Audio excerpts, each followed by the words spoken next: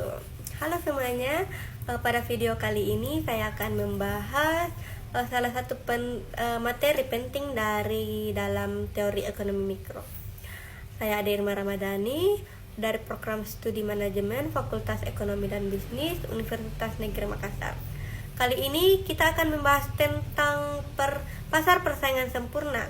Konsep ini sangat penting karena membantu kita memahami bagaimana harga terbentuk secara alami dalam pasar, bagaimana perusahaan berproduksi, serta bagaimana kondisi pasar dapat mempengaruhi keuntungan perusahaan. Untuk itu, mari kita bahas secara lengkap namun tetap sederhana agar mudah dipahami. Baik, pasar persaingan sempurna merupakan jenis pasar di mana penjual dan pembeli berjumlah sangat banyak, sehingga tidak ada satu pihak pun yang mampu mempengaruhi harga dalam kondisi ini. Perusahaan hanya bisa menjadi price taker, yaitu menerima harga pasar yang terbentuk dari interaksi permintaan dan penawaran.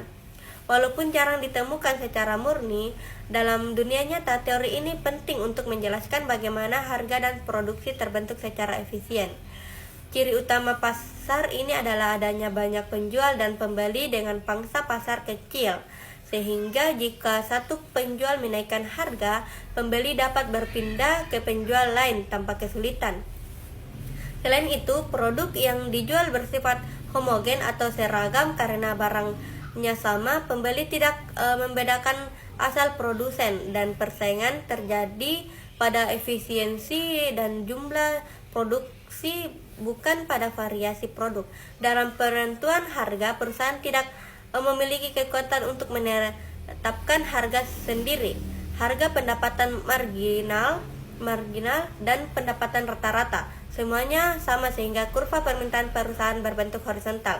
Perusahaan hanya dapat mengatur jumlah produksi agar keuntungan maksimal tercapai. Perusahaan bisa berada pada tiga kondisi. Pertama, mendapatkan keuntungan ekonomi jika harga lebih tinggi dari biaya total rata-rata, jika harga sama dengan biaya total rata-rata, atau rugi jika harga lebih rendah selama perusahaan masih mampu menutupi biaya variabel.